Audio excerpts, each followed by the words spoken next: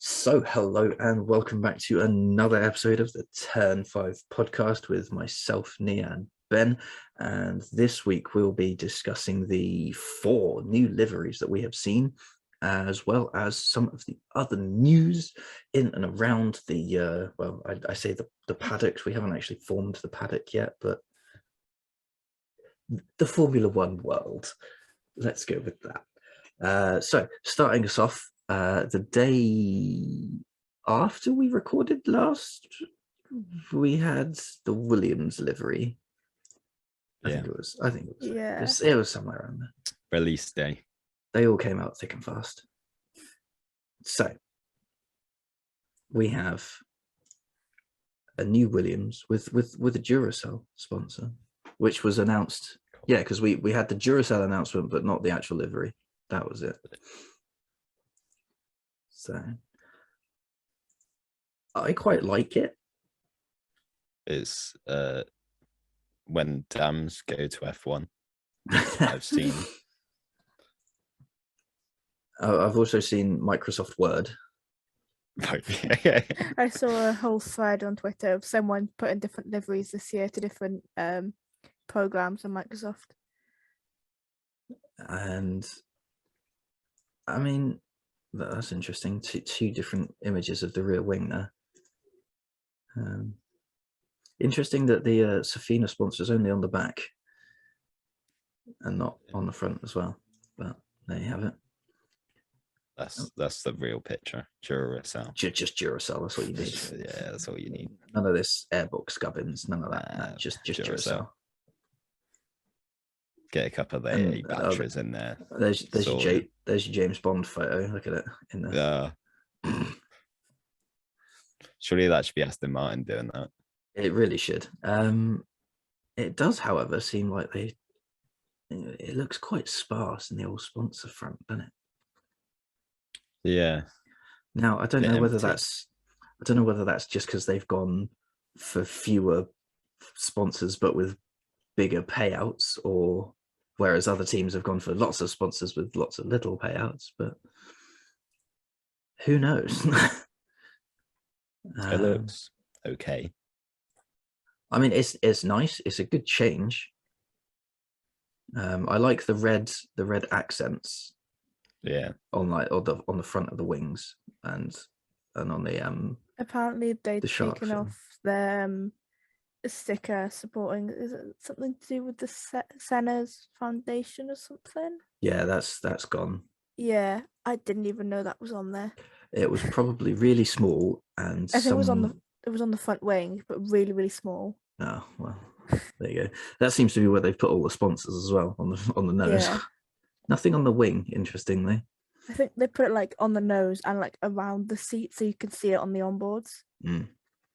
But they've got, where's the image? There, you see they've got one on the rear light as well. So I don't know. There are sponsors around. It's just they seem interestingly placed, shall we say? And by that I mean they're just at either end of the car and nothing in the middle. But overall, I'd say that's a pretty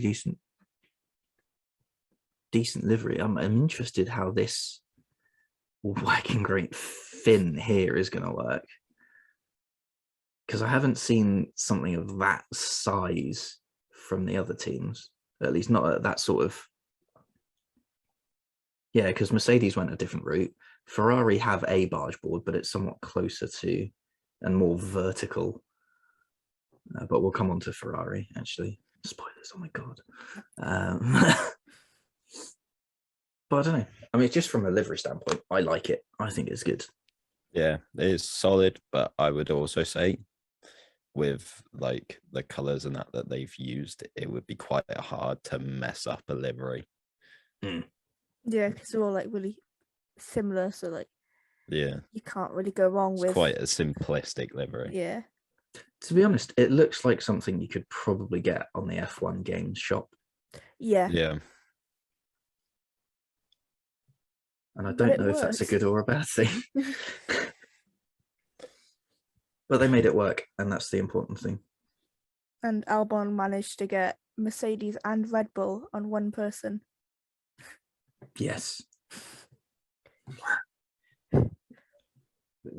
This is either going to become the negotiator, where he is the go-between, or it's going to become like the absolute divide, and Albon's going to be like torn into two different people.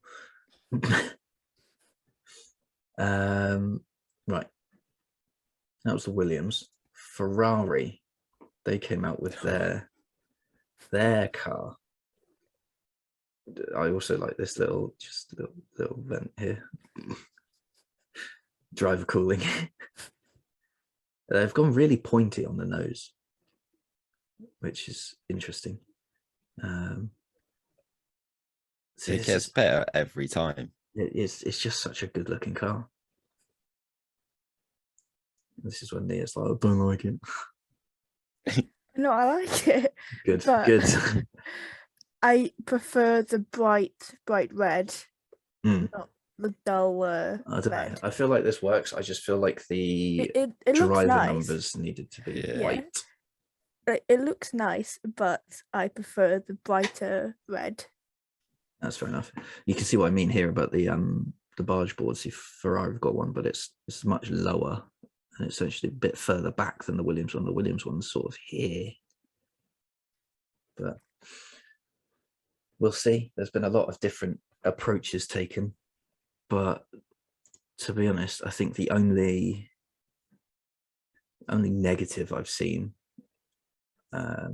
from comments online of the Ferrari's livery is that the driver number should be in white, because the black is somewhat harder to make out compared to the sponsors on the side. Even if they'd done it like they did the 75 livery, the 75 logo, that would have been cool. That's one thing I've noticed with all the cars. Their numbers are really hard to pick out this year. Mm. On every car. Most of the numbers look really ugly as well. Yeah, and with Red Bull, the 11 and the 1 are different sizes. Yeah, like the one's really fat. Yeah. There's no need to make it that big. Yeah. They've just made a really thick one. It's like, tone it down a little. Right? I thought Checo was the thick one. Yeah. And that's thick with 2 C's for our audience listeners. Insert picture of Minister of Defense Checo here. Yeah, I see the meme where it's like he's got so much rear end. Checo. Yeah. Every time I watched the intro last year, that's all I could see. Him in jeans, yeah. It scarred me. It's such a great Photoshop, though. It is. I can't wait to see what people do with this year's intro. But I mean, yeah, I can't really fault the Ferrari, to be honest. These pictures don't really show you the best sort of impact you get of it, but the weird side pods that they've got. It's the Al Rouge side pods. Yeah, it's interesting. Well,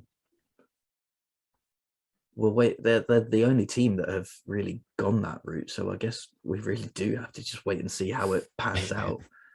But if that is the way to go, then all the other teams have got a major remodel on their hands. And I think by the time they get it done, Ferrari will have wrapped up the championships. It's also interesting how high up the total of the intake is compared to some other teams that we've seen and we're about to get onto. Let's see, the Williams is also quite high, I suppose, but I'm trying to find a good. Where's the front on angle? So much rear end. I don't need the halo. No, that's the best I got. So you can see it kind of dips down below the sort of the wishbone elements here. So it's halfway down sort of the body of the car, whereas the Ferraris is very much sort of top third. And then everything below that is just, yeah, there you go. Look at that. It's tiny by comparison to some others. And by some others, I mean Mercedes. Look at the size of that. I'm not sure what is the biggest catfish of a car. I mean, yeah, these are the In the digital world. renders, so this is absolute tosh. I don't like the back. Like if you It just looks like hide, someone's dented it. no, the car itself fine. The livery with all the stars at the back, when then just slap Team Viewer on top of it. Why? That bit doesn't look good. If you just hide that bit, the front of it looks all right, but I mean, the front of it that looks bit like every other Mercedes. exactly. That's my favorite bit of the Mercedes there. To be Number fair, 63. I rate the numbers. Them numbers do look nice. So Yeah, the numbers work. it's 0.5 It's, of a it's plus just on it. they're bloody small at the back. If with the numbers at the front, if they were like not as italic, I'd like Look it at more. how small the number is there. Yeah. Like, I get you got a small shark fin this year, but like, come on. Then again, this isn't even the actual car, is it? No, I loved that. They were like, "Here's our car," and then they like walked up to it, and it's like here's our that's actual not car. the same car. It's like the complete inverse of the office meme. Corporate wants you to spot the difference between, and it's actually like 1,001 differences. But the sort of 2 points, the 3 points really that I want to point out here are the side pod inlets are massive in It looks terms of quite depth. like 2013-y. Check out the size of the intake over the driver's head compared to that on the Ferrari. Oh God. Yeah, it's absolutely tiny on the Ferrari. It's a thick boy. And then you come to that, and it's just like you could fit your head in there. The third point is the angle on this front wing.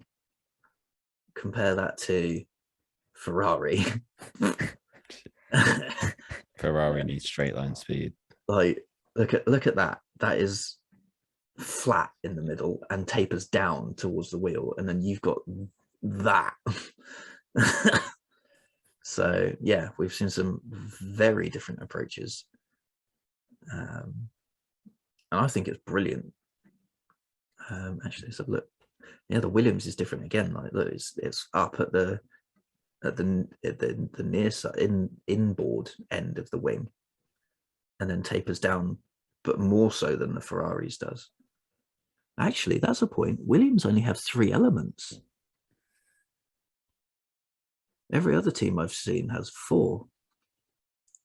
He now goes to frantically check 4. That's interesting that Williams have done that.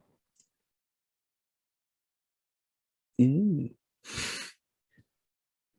Maybe it's just cheaper. Their car's already good enough to win the championship. So they're like, we don't need a 4th. Yeah, it's fine. It'd just be unfair at that point, wouldn't it? Yeah. And then lastly, when was this? Like, what, 3 hours ago, 4 hours ago? Alpine. Force India. It's a funny looking Force India. It does look like one.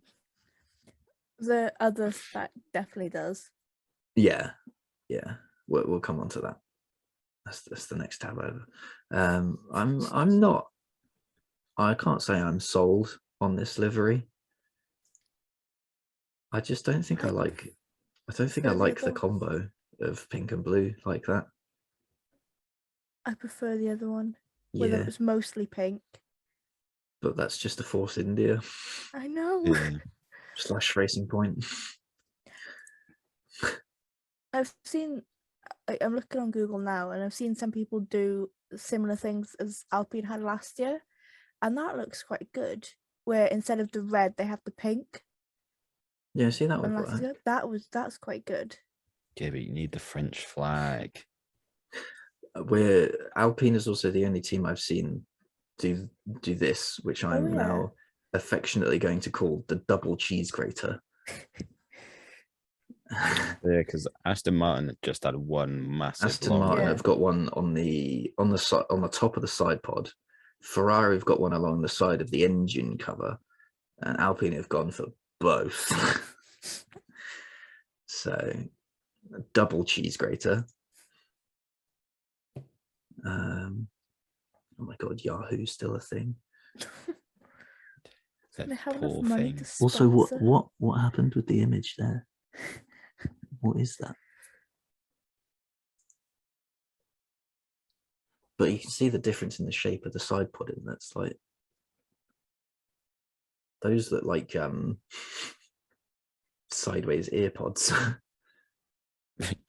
compared to those chunky boys on the Mercedes. I don't know. It's another one, but again, 4 elements on the front wing. That was just to get the BWT on it. Yeah, couldn't fit it on. Yeah.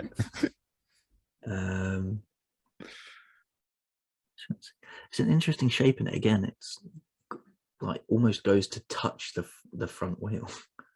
It just looks like they've cut out a bit where the rest of the wing was meant to be.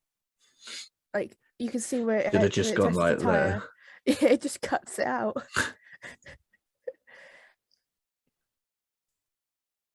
But then again, another approach to the front barge board section.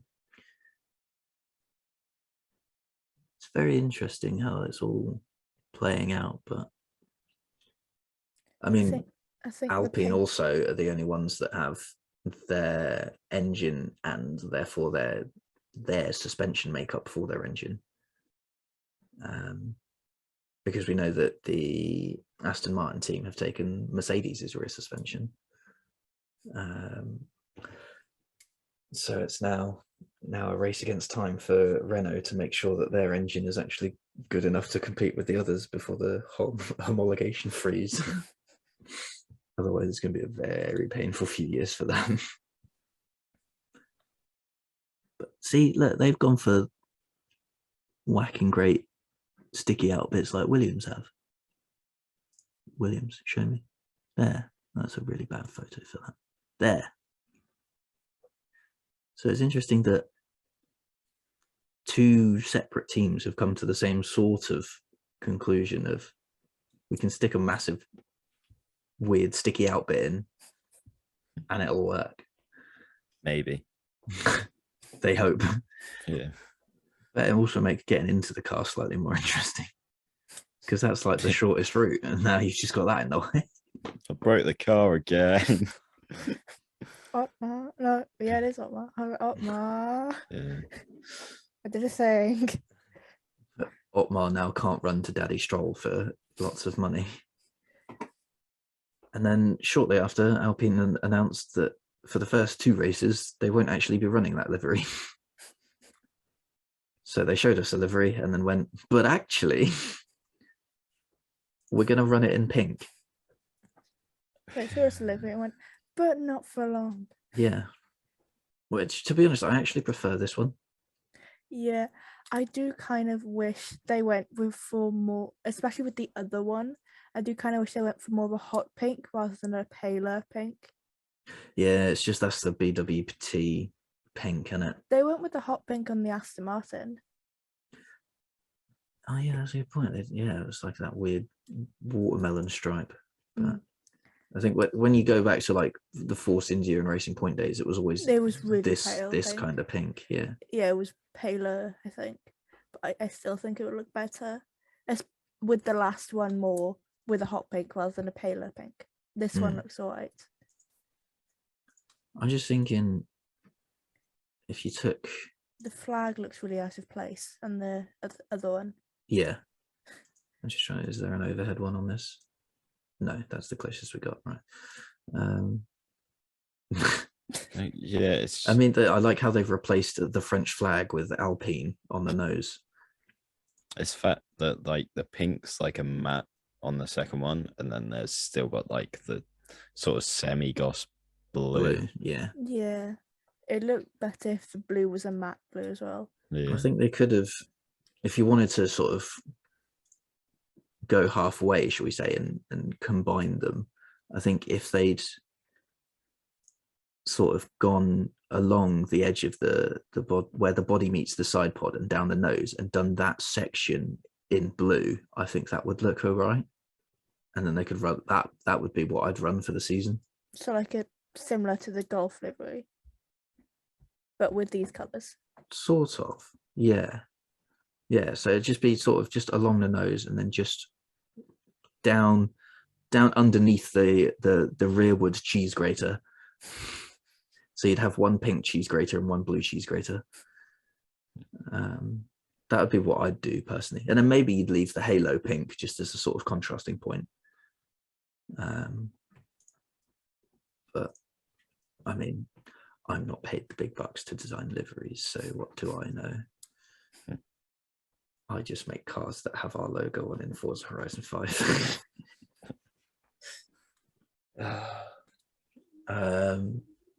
Yeah, that's the point. We didn't even cover that, did we? Otmar has signed. Yeah. Has been He's unveiled. back. Finally. He's no longer dead.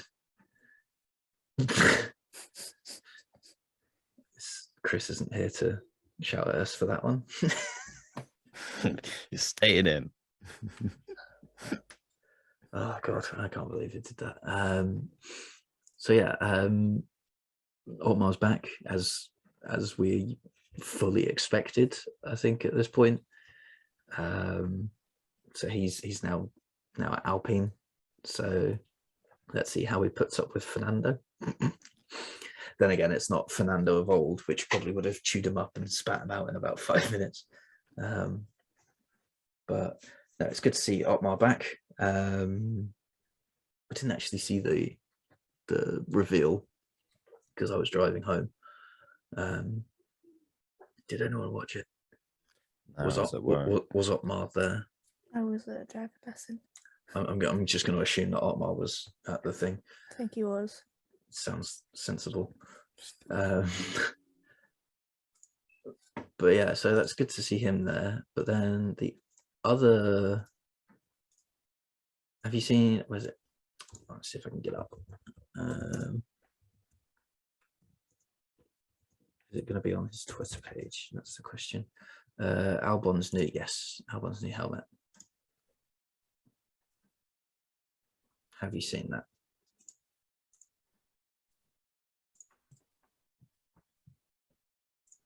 Don't all shout at once. It's fine. Oh god, what was that? Go away. Look at that. Yeah. Red Bull. I would love it if he had to put Mercedes on his helmet as well. That'd be hilarious. It would be. Check out the size of that Red Bull. I remember people on Twitter were really hoping to see like a brand new Albon helmet because he's not with Red Bull anymore, but he's still sponsored by them. Yep. He might not be driving for them, but he still gets some money from them. So it might take a little bit longer before we see the end of the Red Bull helmets. But hopefully, I hope he can get to that point. So, because then maybe he'll have a slightly more stable drive available to him.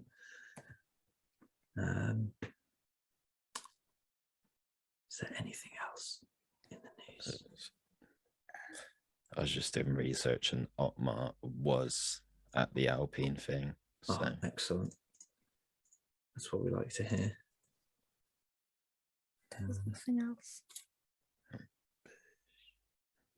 Sweet. Christian Horner was on TalkSport. Doubt anyone cares, but the preseason test is this week. Oh yeah, we seen none of it. Oh. Yeah, we seen actually Lando was joking around on Instagram with Daniel being in the car. That was quite funny. Because Daniel was just out on the track on his own, so Lando's there like Daniel and Paul and like that. Oh god. Drive to Survive season 4 is coming out March 11th. Yes. Can't wait for that one. Can't wait to see how many team radios have been put in for the wrong race. Yeah. I mean, I just can't wait for the Twitter fallout to just resurface again. 2 episodes on Abu Dhabi. I can imagine that. It's just the whole season. It's just the whole, all 10 episodes just on Abu Dhabi. One episode on the rest of the season, and then 9 on just Abu Dhabi. Oh. We've actually missed probably like the biggest news that's come out this week. Oh my god, what? Massey being gone. Oh my god, yeah. yeah.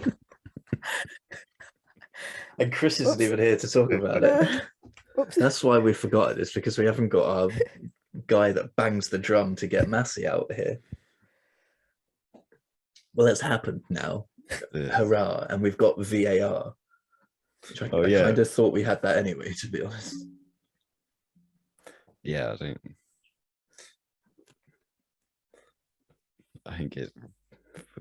we won't know how it works, but I don't anyway. Yeah, well, I guess we'll see when the season starts if they decide to show it to us. Just stop the race. Go into the stewards.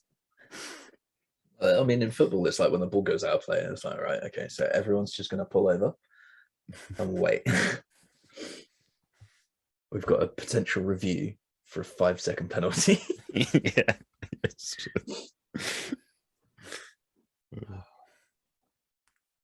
Nah. I feel like the most needless penalty in the world. That's no to VAR. Did Yuki cross the white line on the pit entry? Twice. Oh. Get them off the field. It's his second yellow and he's off. Oh, God, He just gets put as disqualified. Do we know who's replacing Massey? A team. There's two guys that will be alternating the race director role, and then they will have a senior advisor alongside them. But I have faith because the guy that is the senior advisor spent a long time doing it alongside Charlie Whiting, to the point that he was the guy that was in the race director's office while Charlie was doing all the grid stuff, and then Charlie only took over doing race director stuff once the grid stuff had been done. So, you know, he knows a lot. He's very sensible in the field. Isn't one of the guys who's taken over race director, wasn't he in like DTM and like a really controversial last race? Oh God, I don't know, but that sounds typical. As long as there's consistency, that's all that matters. Yeah, might be, but it's consistent. At least we can't argue about it. But this happened, and it happened last week as well. So get just over it. Move on. It was like the crappy handballs in football. Oh God. That was awful. I can't even find the article on it now.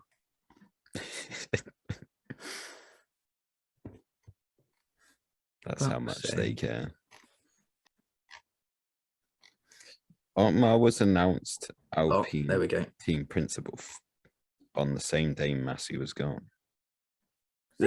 Massey was announced today. Gone. Yeah. Massey was announced gone during Ferrari's live stream. Yeah, and I'm on BBC Sport and it says Otmar joins Alpine on that exact same day. Yeah. I thought he just joined today.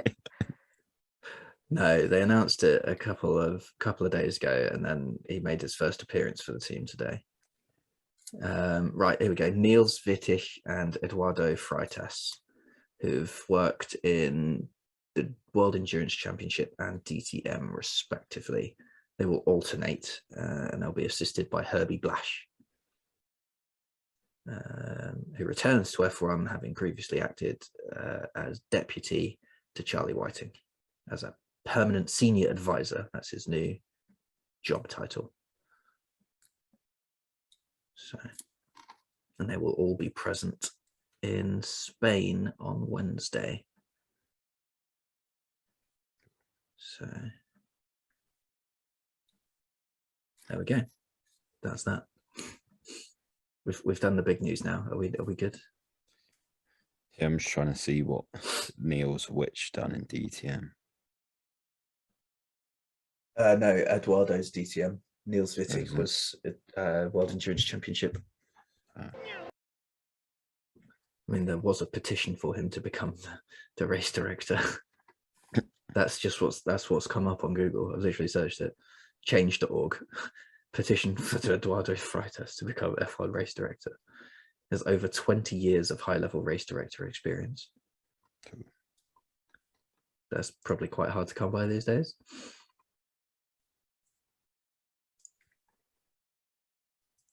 So there you go.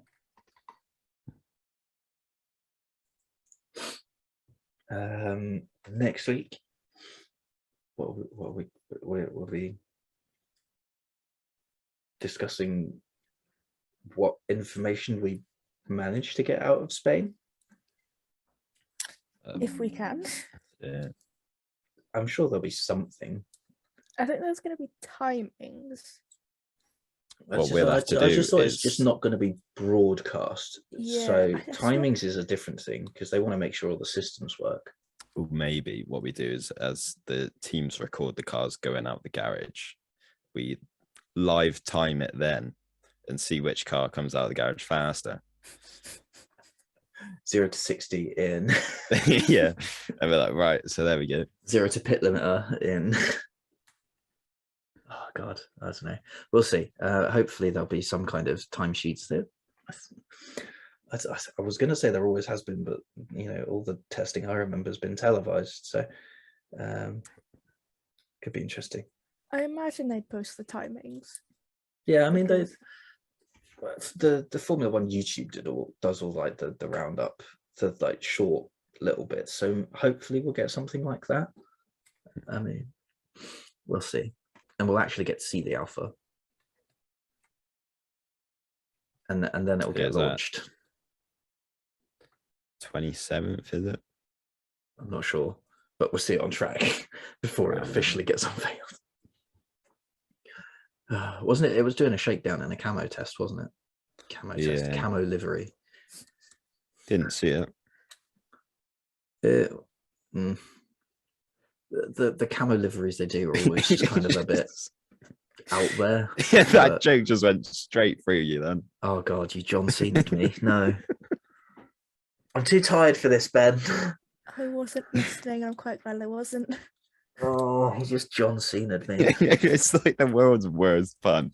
And it just flew straight through. Now time for a word from our sponsor, Raid Shadow Legends. The Alpha's getting released on the 27th. Okay, so we'll have probably seen some leaked images of it on circuit before. Yeah. They're probably out now. For the Barcelona test, a final time and classification will be released at the end of each day with highlights and a roundup. And that's from Autosports. Yes. Good. Haas broke down. Again. Nah, what you mean? Haas rocket ship. Comes to Wednesday, they're the only car in the track. Haas went quickest. Haas to the moon. Oh God. So yeah, we'll bring you our thoughts on how the first test went and how the Alpha looks and any other news that we totally remember to include. Yeah. I think that's about it, isn't it? Excellent. Right. So in that case, thank you all for listening or watching or whatever you are doing with this on. And we will see you for the same time next week. Bye-bye.